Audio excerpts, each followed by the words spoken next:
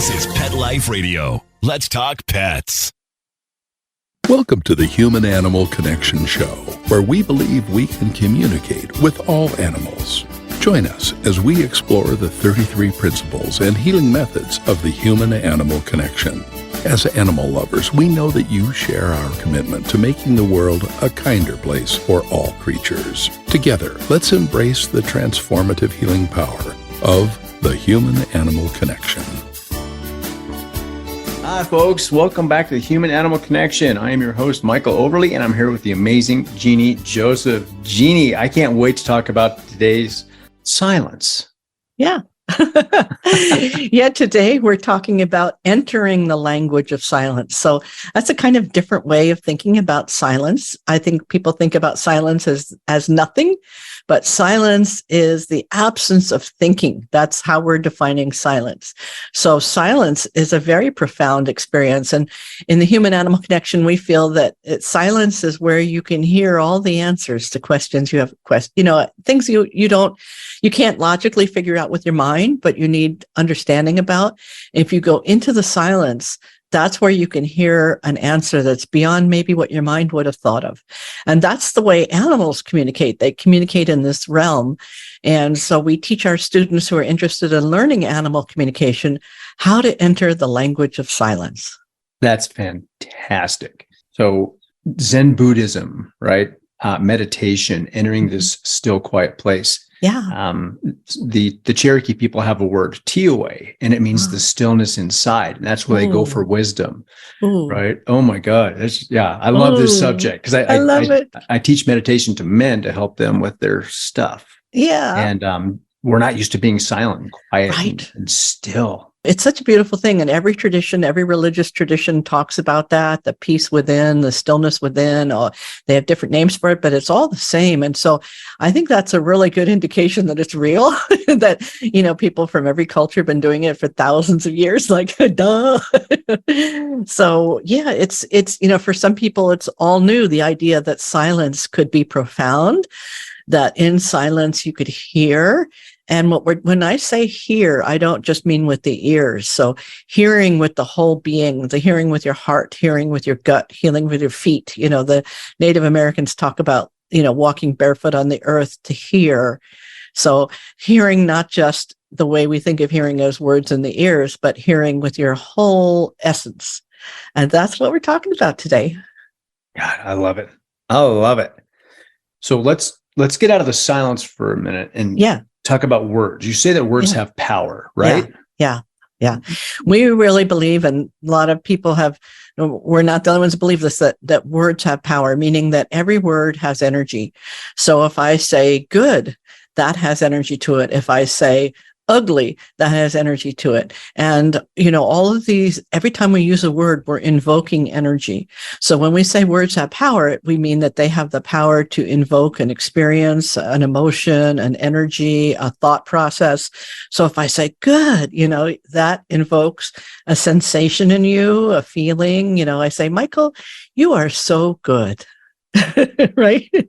That creates an experience for you. And if I say, Mike, tell me something awful I could say to you, and I just want to say it so you can tell me how it feels. What would be an awful thing? Michael, you are what? Obnoxious.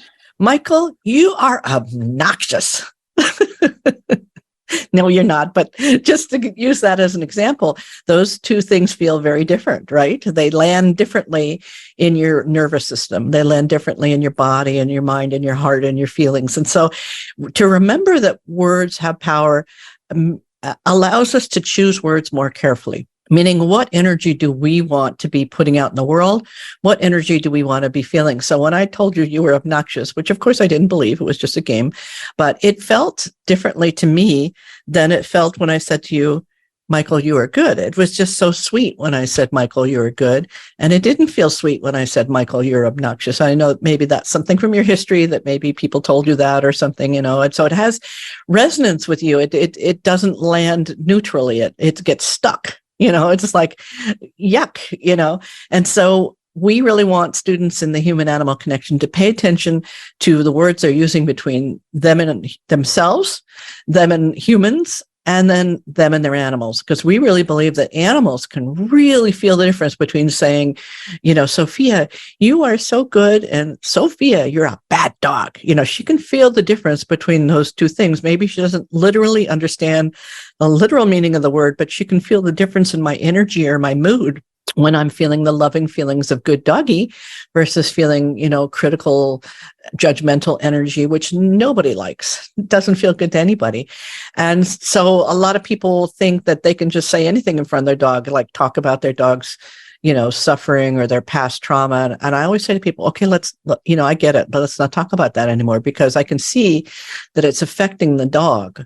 And so we really encourage people to choose their words carefully. It doesn't mean lie or pretend, but it means we're going to talk about the trauma. Let's just talk about it simply and let's move on, because we want to help the dog not invoke that energy, that history of trauma. So that's a big leap for a lot of people when I say to them, please don't talk about that anymore in front of the dog. It's hurting their feelings. And they look at me like I'm a nut at first, but then they come to understand that it's true. They can see, you can watch, and we're trained when we're students in the trust technique. We're trained as the owner is talking about the bad things the dog is doing.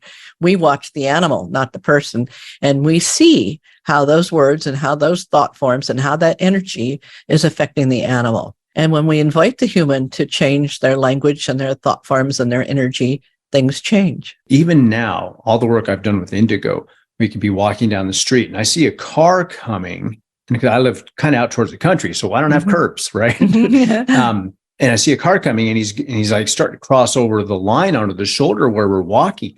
I start to get nervous energetically. She picks up on that and may even lunge at the vehicle. Right. Because she thinks, like, oh, scary, bad thing. Got to go lunge at it. Right. Yeah. And then I have to remember, oh, that was me. Right. That's great. I precipitated that whole event.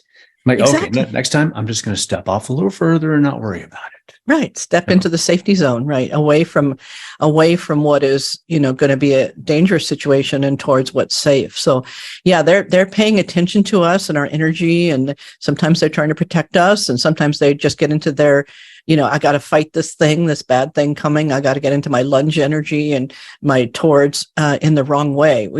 A healthy animal moves towards what's good and away from what's bad. But when they're triggered, they will do the opposite. They will move towards what's dangerous. And that's, can result in some very bad things happening. So, yeah. So, and the thing about words, I love words. Obviously, I'm a writer, so I'm not anti-word. I don't want to make it sound like I'm against words. I love words, but I'm very much about conscious use of words.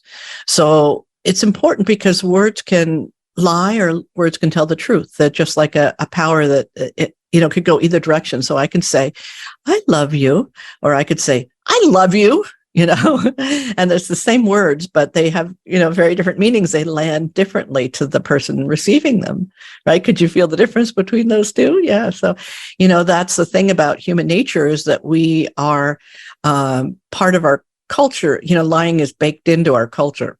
We're lied to all the time by people in power and politicians and bosses and everything else. And, these things go on, and in partners, and children lie to parents and parents lie to children. And, we lie to the dog. I'll be right back. Well, we're not going to be right back. It's important to really recognize that words do have power and to make the best choices that we can. I love that. I'm still guilty of saying, I'll be right back. Yeah. Well, that's fine if you are, if you're just going to take the trash, but I say to Sophia, I'll be back. I don't say right back. I'd say I'll be back, because that's true. I will be back. So they really come to know, because when we're lying, it's like if you're taking a lie detector test and you lie and the needles go crazy, because you just told a lie. Well, they have a kind of lie detector test innately in them, that they can feel the energy, and they can feel what I call a congruent message, which means everything matches your thoughts, your words, and your action. That's a congruent when they're all the same. But when your words say one thing and your actions say another, or your words say one thing and your emotions say another, that's an incongruent message, which the animals pick up on, and it's a disturbance for them. It messes with their brain. It short circuits their trust in you, because then you become not trustworthy. It's like if you tease a dog all the time, they're not going to trust you, So these are just some things that help us really understand how to have more trust and more connection with the animals who share our lives. So tell me about Sophie. What did Sophie tell you about her life? So this is a client I've been working with, and she is a wonderful person. Adopted a dog that was really probably from a puppy mill and has extreme trauma. This is not a dog that can, most dogs, it's like, you want to go out? Yeah, I want to go out. Nope, she's not going out. She is, not able. I mean, she has to potty inside. She's really, really scared. She just mostly lays in her bed. She will play when her person is asleep. She'll prance around. So we know it's not physical. We know it's not in there. I think there have been some injuries, but she it has a very small life in the sense that she eats. And so we've been working together and great progress. She will now go out, which is exciting. But still she's, if someone comes to the house, she's going to hide, and not just hide for an hour. She'll hide for a couple of days. You know what I mean? So she really has a very sensitive system. But what's interesting about her is, since I can communicate with her, is that she has a very profound inner life. She's almost like a monk in a monastery. She has this very rich inner life, and it's very tempting for her person to think, oh, there's something wrong. She's not a normal dog. She doesn't do normal dog things. She's not excited about normal dog things. And when we ask Sophie about her life, she says, I am fine. There is nothing wrong with me. I am not broken. And it's an important lesson for her human. This is something that her human is working through in terms of her own karma, is to not feel like a burden to others, not feel that she's broken. These are all her themes. So she, in a way, has the perfect dog, because this dog is helping her to see that we may have opinions or judgments about how a normal dog should behave. And we do want to expand Sophie's life. We are working to expand it, but it has to be from the place of not that Sophie's broken. And yes, she's been traumatized. Yes, we know that. But what we need to know is her version of her life is that she's peaceful and good. And every time we ask her, she basically gives us the same message, that she's happy, she's content, and there's nothing wrong. And so that perspective, when we work with her, is what allows her to change. That is what has allowed. Now we can, for the first time, we can put a harness on her, a collar on her, which we couldn't do before. We can attach a leash. She can't yet walk on a leash, but we can get her up. We can get her out of the bed and walk maybe 3 or 4 feet, get a treat. And, these are very small pieces of progress, and not too many people would be willing to have a dog that has this kind of, these kinds of issues. But this is a wonderful retired woman, and she recognizes the spiritual contract between the two of them. And she recognizes what it's like when she, instead of viewing Sophie as wounded or broken or needing fixing, that when she approaches Sophie from the point of view of, you are beautiful, you are perfect, you are happy, which is what Sophie has communicated to us, then everything changes for her in her own life. And so there are many ways in which dogs have, or other animals too, dogs, cats, horses, animals that share your life. Not always, but sometimes they come in with these really deep soul contracts where they are reflecting issues that we are also working on. And when we understand that, we recognize that this is a very deep partnership. This is not just an owner and a pet. These are two souls that have a soul agreement, that have come to share and learn and grow together. And that is very profound. That's amazing. We want to be the savior, right? We want to fix, we want to help. And oftentimes it's because of our own issues, traumas, things we've experienced, and we don't have that respect for the other. So I'm really glad we touched on that. That's amazing. Yeah. It isn't always the case, but you'd be surprised how many cases, how many stories of people where I find out, there's some very problematic issues, and I say, well, is this at all relevant in your own life? Well, yeah, it is. Okay. So then as the human begins to heal it helps, gives the dog more room to heal, the horse more room to heal, the cat more room to heal. So this is a profound understanding. It doesn't mean that every problem has a correspondence in the animal, but when we find these kind of challenging cases, we often find that that's the case. You said in silence, all answers can be heard. What do you mean by that? So that means that when we think, and thinking is a wonderful thing. I mean, my mother had dementia, so believe me, the executive brain, the thinking brain, logical brain, so important. But it's also important to allow other parts of our knowingness to have their time too, to be heard. And when we're thinking can take us through certain things. Like if we're trying to balance our checkbook, thinking is our best friend. But there are other situations where thinking can't solve the problem. Like Einstein said, the same mind that created the problem can't see the solution. So sometimes we need to be in our receiving brain, not our thinking, thought generating brain, but our receiving brain, which sometimes people call that your intuition or your gut sense, or, the part of you that just knows. And sometimes what I find with animals is they will often give me an answer that I couldn't think my way through, some behavioral problem, and they give me an explanation or an answer or a suggestion that's just like, wow, I wouldn't have thought of that. The animal knows in a way that our logical minds don't always know, which is why we can't think our way out of some of these issues with our animals, some behavior issue. We don't understand it. It's not logical. It doesn't make sense, but it makes sense in a sensory way. There's some sensation where it does make sense.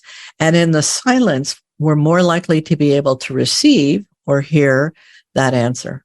And so we want to cultivate a practice of silence. As you mentioned, many of these meditation systems cultivate the practice of silence, not thought generation, but silence. And what I like to remind people is that this is not a state that most of us can maintain for very long. And the goal is not to do it in a continuous way, like trying to do it for an hour. That'd be insane for me. But I do it periodically during the day. I'll take a moment where I just consciously say, okay, not going to think, just going to go into the silence. Maybe I'm with my dog and petting her and reconnect in that way of silence. And it's so loving and so peaceful and so delicious. It's like, why would I want to do anything else? I know can't do it all day long, but for those little doses of it.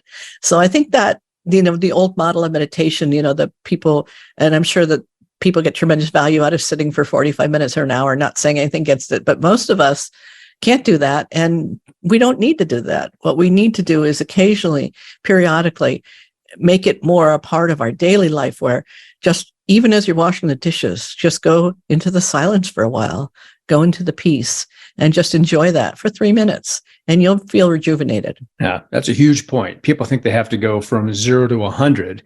Right? Oh, I have to sit on this pillow and stare at this candle for an hour. Yeah. Well, that's just unobtainable. It is. And then it's frustrating because then you feel like, oh, I'm no good at this. I can't do it. I guess I'll quit, And so we want to say, like when I work with the soldiers, can we have 3 seconds of peace? That's a lot, right? 3 seconds, no thinking. Okay, let's try 5 seconds, let's get to 17 seconds. That's 30 seconds. We're done, because they can see how that is really helpful. And then it creates an appetite for it. Then you have the desire for it.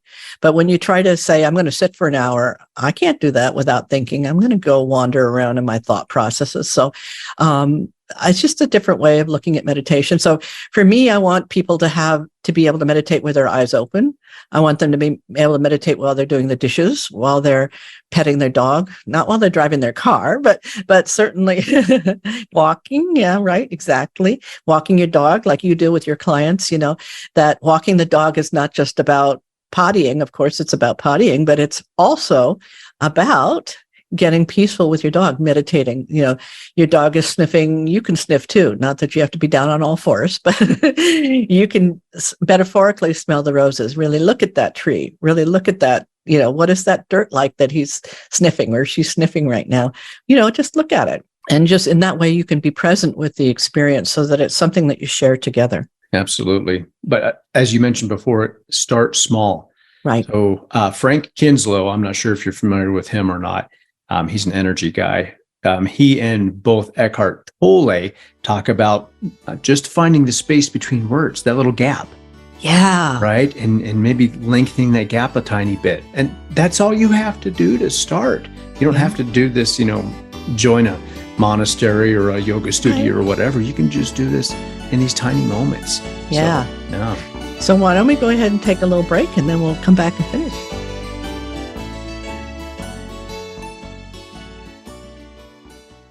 Hey friends, if you like what you're hearing and want to learn more, check out Dr. Joseph's book, The Human-Animal Connection, Deepening Relationships with Animals and Ourselves. Or visit the website, thehumananimalconnection.org, to book an online consultation. Thank you for loving animals. Now back to the show. Let's Talk Pets on PetLifeRadio.com.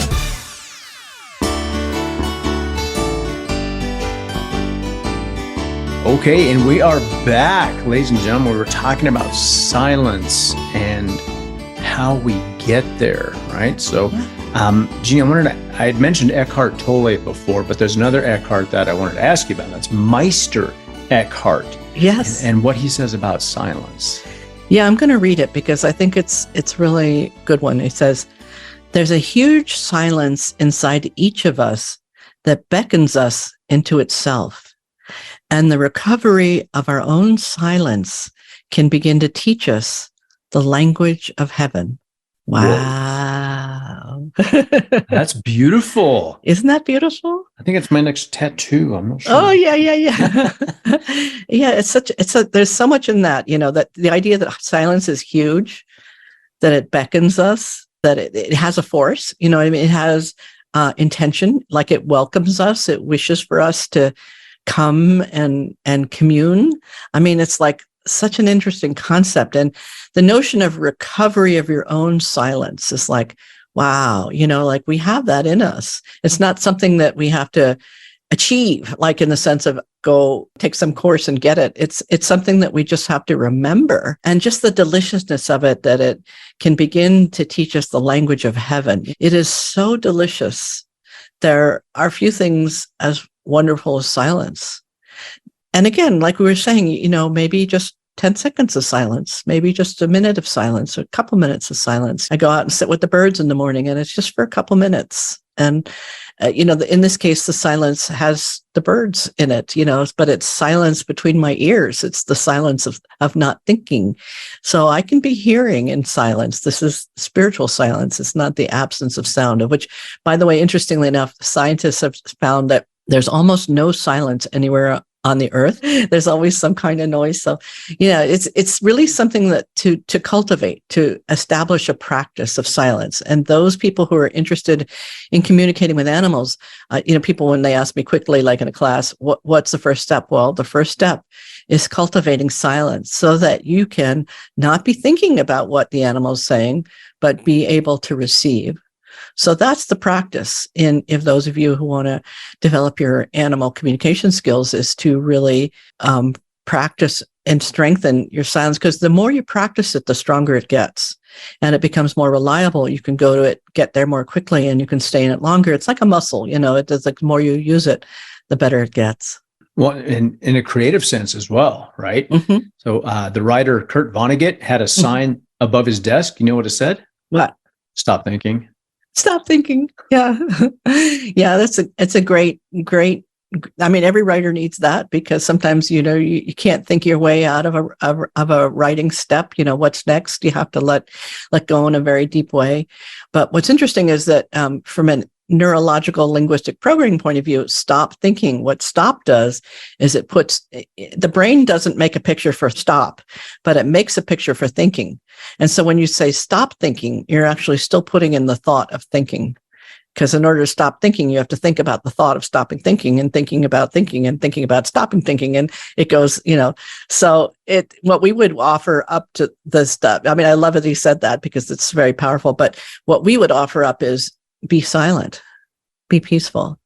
And that is, the brain goes, oh, okay. It's like if you say to a child, don't spill the milk, what's the next thing that's going to happen is that you've just made a picture. You've just put the image. You've just, imprinted the energy of spilling the milk. The next thing that happens is they go like this, not intentionally, but the milk spills, because you just created, like you said with your dog, when the car was coming, you put that energy, a car, I better move, and that all creates that whole dynamic. So instead of stop doing something, start doing the other thing. So instead of stop thinking, we would offer up, get peaceful, get silent. I like that. Yeah. So how do you communicate without words, beyond words? So that's the language of silence, is that we go into the silence, and instead of saying, hey, Michael, how are you? Which is a thinking process. I just maybe might look at you and just see if I can sense, how are you? So I'm just, without even putting the words out, I'm going to feel into how you are in this moment. And that creates a connection, because when I'm feeling my energy into you, you can feel me putting my presence on you, my awareness of you, without having a concept about how you are, just really being open to just seeing, feeling, sensing how you are. And that way we go beyond the realm of words. And again, words are wonderful, very powerful, not against words. It's just that we want to have more ways to communicate. We want to expand our repertoire, especially if we're working with animals who may or may not be responding to words. Some animals absolutely will communicate to me in full sentences, just like you and I are talking right now. Other animals, they want a different doorway. They want me to come in through perception or through feeling and through energy or something that's beyond words.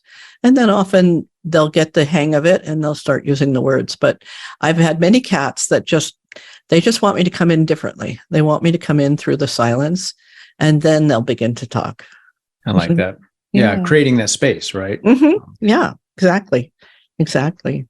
So, and, one of the things I'd like to invite people to just consider is, what would your life be like if you could communicate with your animal? More than, certainly if you're sharing your life with an animal, you have many ways that you communicate. You're using words, which are fine, maybe some gestures. When you think about, I think we're going to go for a walk, how many of you can say that your dog, before you even get out of the chair, before you even put your hand on the leash, they've got that idea that you're going to go on that walk? And imagine if you could expand that realm of being able to communicate in silent ways and in powerful, energetic ways. Do you think, is that something you'd like to do, Michael? Oh, yeah. Yeah. Oh, yeah. And I think on some level, people, they may notice this from time to time, but they can't grasp it. Right. It's accidental. They'll pick up on something and they're like, oh, but then it's gone.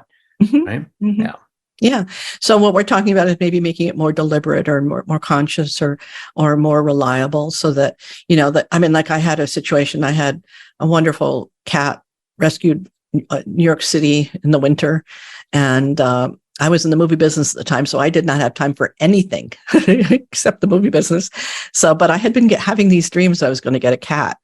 And finally I said, if I'm going to get a cat, I'm not going to do anything about it. The cat will find me, and I just kind of forgot about it. And one night I lived on the ground floor apartment, and I had been broken in. I lived alone. I'd been broken into before, So one night I hear this terrible noise. It sounded like someone trying to break in my window. And so I scream at this noise, and I hear back, meow. This tiny little meow. I don't know if I told you the story before, but I'll tell you again. So I said to myself, I'm just going to go give him some milk. I'm just going to go open the door, put some milk out, and that's it. I'm going back to bed. It was the middle of the night. So go out, bring some milk. He walks by the milk, walks into my open apartment door, and settles in. He's like, this is my house now. This little orange tabby, and this is the middle of the winter. I mean, it was like 30 degrees out there, this little thing. And I had nothing. I had no litter box. I had no cat food. It was like he decided he was my cat, so we had this just wonderful connection. He did so much to open my understanding of communicating with animals. And when, 16 years later, when it was time for him to pass, and the vet had said, well, maybe, we should do euthanasia. And I'm not against euthanasia for animals that need it, but I was my first time experiencing that. And I just didn't want to get it wrong. So I said to Wolfie, I said, what do you want me to do? He said, I want to go on my own. I want to go at home. And he told me the day he was going to go, he said, I'm going to go between 3 and 5 in the morning. So he told me the day, the time, and where. And that really helped me, because I knew what he wanted, and every animal's different what they want, but that's what he wanted. And he went at 3:30 in the morning that day, and I was with him, holding him. And that was what we needed, to have our last moments together, So what I'm trying to say is that communication can be very literal, very, language oriented, but it didn't start that way. I had to learn, how to communicate and to be in silence with him. And, so he was one of my first instructors. Yeah. Oh, God, they're amazing, aren't they? If they're just willing to listen. Yeah. Yeah, they really are. And in our next episode, we're going to be talking about how animals really are our partners in healing, how they help us heal, that it's not just like you said, we're not just like going in and healing them. It's like it's mutual. There's healing that goes in both directions. And to really recognize that, we can help animals find their true purpose, and we can also understand our unique purpose in the world. So that'll be our next episode. Yeah, I'm excited. I can't wait. Thank you, Jeannie. Yeah, thank you, Michael. All right. Well, folks, we will see you soon. Yeah, we'll say aloha for now. Aloha. Thank you for tuning in to the Human Animal Connection Show. Please visit our website, thehumananimalconnection.org. There you can sign up for our free email newsletter, book a consultation, or check out our blogs and resources. Our best-selling book, The Human Animal Connection, is available on Amazon, and your donation of any amount keeps our nonprofit organization providing life-changing services. You can reach Michael Overly, author of Let Your Dog Lead, Musings on How to Create an Exceptional Life, on his website at dogsandmen.com, or email michael@dogsandmen.com. Let's Talk Pets, every week on demand, only on PetLifeRadio.com.